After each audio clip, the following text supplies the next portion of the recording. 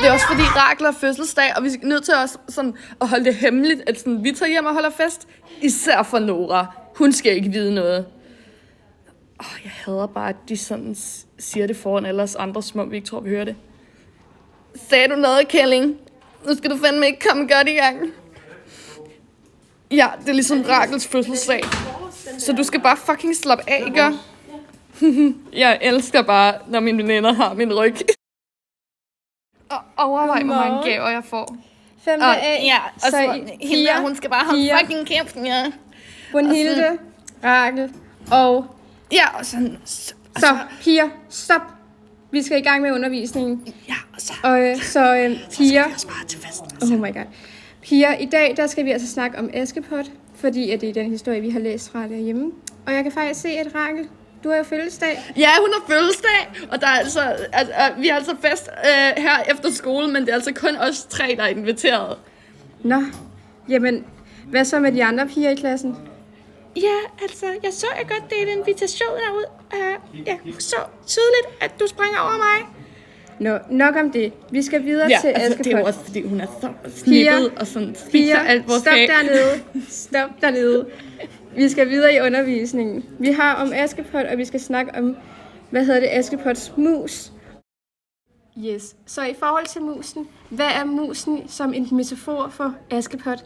Det ved jeg. Vælg mig. Ej, hun er bare sådan en stræber, hun er. Ja. Hun er bare sådan en total stræber, ja. Det er Celine, derfor, vi ikke inviterer hende til du? vores fødselsdag. Kan de ikke bare holde deres mund nogle gange? Hvad var spørgsmålet nu igen? Det var, hvad Prøv at se her, metafor? Pia. Prøv at se her, total mig. Pia, så det er Celine, der har ordet. Hvad er en metafor for musen i Askepot? Altså, det er jo det der med, at sådan, de lidt har set hendes udvikling.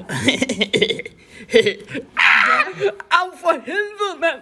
Hvad fuck sker der for dig? Du river mig i håret, mand! Nu stopper I seriøst. Helt ærligt. Vi skal ikke behandle Jeg hader den her klasse, mand. Hvad sker der, mand? Det er derfor, jeg sidder i hjørnet. Pia, nu sidder I de stille. er bare totalt psykopater alle sammen i klassen. Pia, helt ærligt. Ja, og så på min fødselsdag. Så, nu stopper vi. Det hele handler ikke kun om din fødselsdag. Nu er jeg ved at være godt træt, jeg er jo bare larmet hele dagen. Og sådan, det er den værste fødselsdag, jeg nogensinde, det her.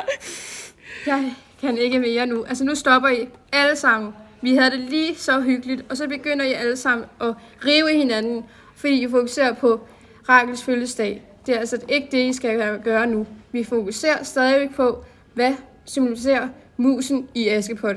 Piger, hvad siger I dernede? Okay, piger! Nej! Hvad sker der nu? Jeg tror, det er noget med, at musene repræsenterer. Ja, hvad mere? Hvad synes du? Hvad tænker du? At det sådan repræsenterer, at Askepot skal hjælpes, og at det kommer udefra hjælpen. Ja, så rigtigt. Det kan vi altså lige snakke om bagefter, fordi nu skal jeg altså lige snakke med jer alle sammen, piger, om det her opførelse.